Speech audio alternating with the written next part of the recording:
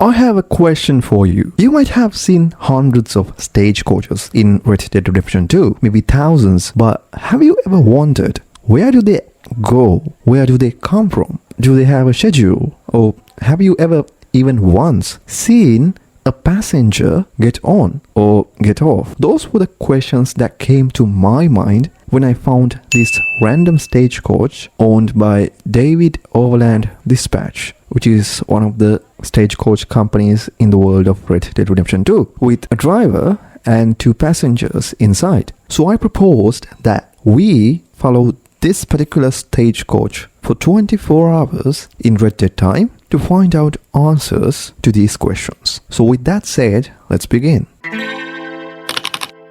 It's 3 in the morning in Saint-Denis, and there it is. Most people at this hour are asleep or drunk, but I'm about to spend an entire day following a wooden box on wheels.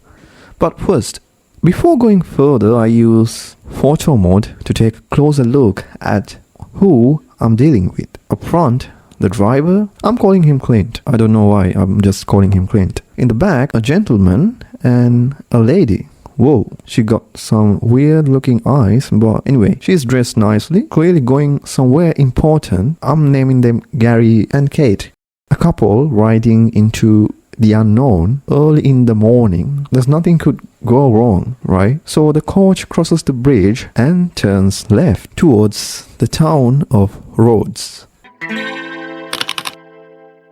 2 hours into the journey and we have our first problem.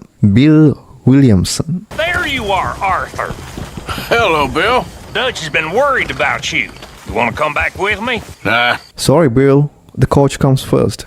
I ignored him completely. Other than that, the first 2 hours were honestly beautiful. Quiet roads, no trouble, just me, Clint, Gary and Kate rolling through Lemoyne in the dark. It's time to check on our subjects again. Passengers look fine, but Clint, he looks a bit tired. I mean, he's been driving all night, probably. No coffee, no breaks. I was starting to worry about this man's working conditions, you know. So anyway, we pass the Braithwaite plantation, the sun comes over the fields, and for a moment, this is one of the most peaceful things I have ever done in this game.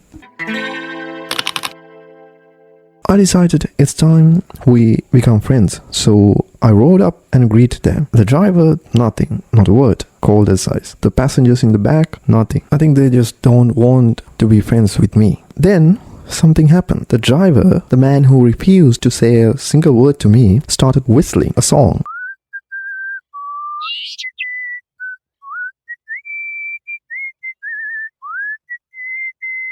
So Clint, so he can communicate, but he just chooses music over words. After a long ride, we have arrived in Rhodes, and there it is, our coach. And the coach stopped. Finally, I thought this is where the passengers get off. This is the destination. Mystery solved, right? No, it's just traffic. Some NPC stopped his horse in the middle of the road like an idiot. The jam clears in a minute and the coach rolls right through Rhodes. Nobody gets off. Nobody gets on. So I'm trying to understand, what is this coach even for? You know, if nobody gets off, nobody gets on, is this going to like run forever on a loop? I don't know. 1 hour later, we pass Caliga Hall. So, for your context, this is the path we took so far. We started near the bridge in Saint-Denis, and after a long ride, we came to Rhodes, and now we are back near Caliga Hall. Instead of turning right towards Saint-Denis, Clint turns left towards somewhere new, maybe Annesburg or maybe Lagras, I don't know. I continued to follow them from behind, keeping my distance, being a good observer. For the next 2 hours, everything seemed normal. The coach turned left again, I think near Old Town of Pleasance, I guess, toward Emerald Ranch. I followed. A bit later, I got curious. I haven't checked on Gary and Kate for a while, so I pulled out photo mode and looked inside the coach. They are gone. The gentleman, the lady, gone. No stop, no goodbye. The coach never slowed down. Now, remember this exact moment, 9 a.m., this junction, because this was the last time I saw the passengers inside the stagecoach. Somewhere in those 2 hours, they just stopped existing. And Clint just keeps driving. Same speed, same posture, like nothing happened, like there was never anyone back there at all. And now the route stopped making sense too. Doesn't go to Emerald Ranch, he crosses out of Lemoyne into New Hanover, then loops right back towards Rhodes, like he's driving in circles on purpose. I tried to talk to him again multiple times, nothing happened. This man watched 2 people evaporate from his own coach and he has nothing to say about it. We are back in Rhodes. At this point, I'm starting to notice something. The route repeats, but it mutates. He takes a different road out of Rhodes this time, different from the route we took in the morning, but somehow this road also connects back to the same road. And he took the same left turn, like the whole map funnels him back to the same decision over and over. I feel like I'm following a ghost on a fixed track, and the track is slowly driving me insane. It's getting dark, but we have arrived at Emerald Ranch. Finally, something new. But what about Clint? Is he gonna deliver something, or is he gonna pick someone up?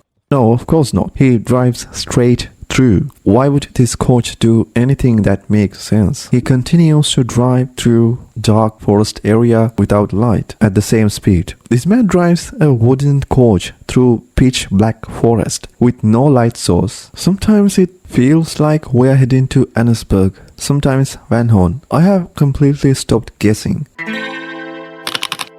We have followed this stagecoach for more than 24 hours in game time, and I'm telling you, nothing interesting happened. I was waiting for the passengers to appear. It didn't happen. For the past few hours, time to time, I used photo mode to look inside the stagecoach, but the only person that exists is Clint. Anyway, we have arrived at the northern edge of Lemoyne, Blue Water Marsh. I have never been so happy to see the sunrise in this game. 7 a.m. and you're not gonna believe where we end up. Saint-Denis, right back where we started. Well, not exactly where we started, but very close to the place where we started. 24 hours plus a few extra hours, because Clint does not believe in schedules. A full day, 2 states, hundreds of kilometers, 2 missing passengers, and this coach went nowhere. A giant circle back to the beginning. We exactly don't know where this coach started its journey. Maybe it just appeared near the stables in Saint-Denis as we were playing the day before, but we don't know for sure. And this is where our driver starts to brake. Near the general store, he just stopped in the middle of the street doing nothing for like 30 minutes. Behind him, a traffic jam starts forming. But Clint, he just didn't care. Then he started moving again. And what he does next is the strangest thing I saw in this entire experiment. He starts driving in circles around the post office, the same block, again and again. At this point, a thought entered my head. I think he knows. He's known the whole time. 24 hours of me riding behind him, taking photos of him, and then he stops completely. The traffic jam behind him becomes a citywide crisis, sort of, and I realized this experiment is not going anywhere. It's just going to sit there forever, holding all of Saint-Denis hostage. So I decided to make a scientific decision. Now, I needed to cause some chaos. And if I'm being honest with you, if anyone in Saint-Denis deserves the part of this experiment, it's that guy, the eugenic supporter.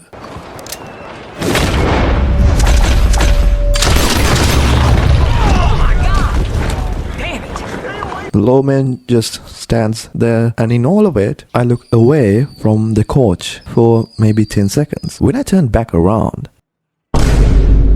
it's gone. The coach, the horses, Clint, gone. No trace that he ever existed. I searched every street, every alley, nothing. So I think the whole reason this particular stagecoach drove for more than like 24 hours because I was watching as the player. And here's the thing, every coach, every stranger, they exist to be glanced at for a second or two. Tell me in the comments which NPC I should follow next.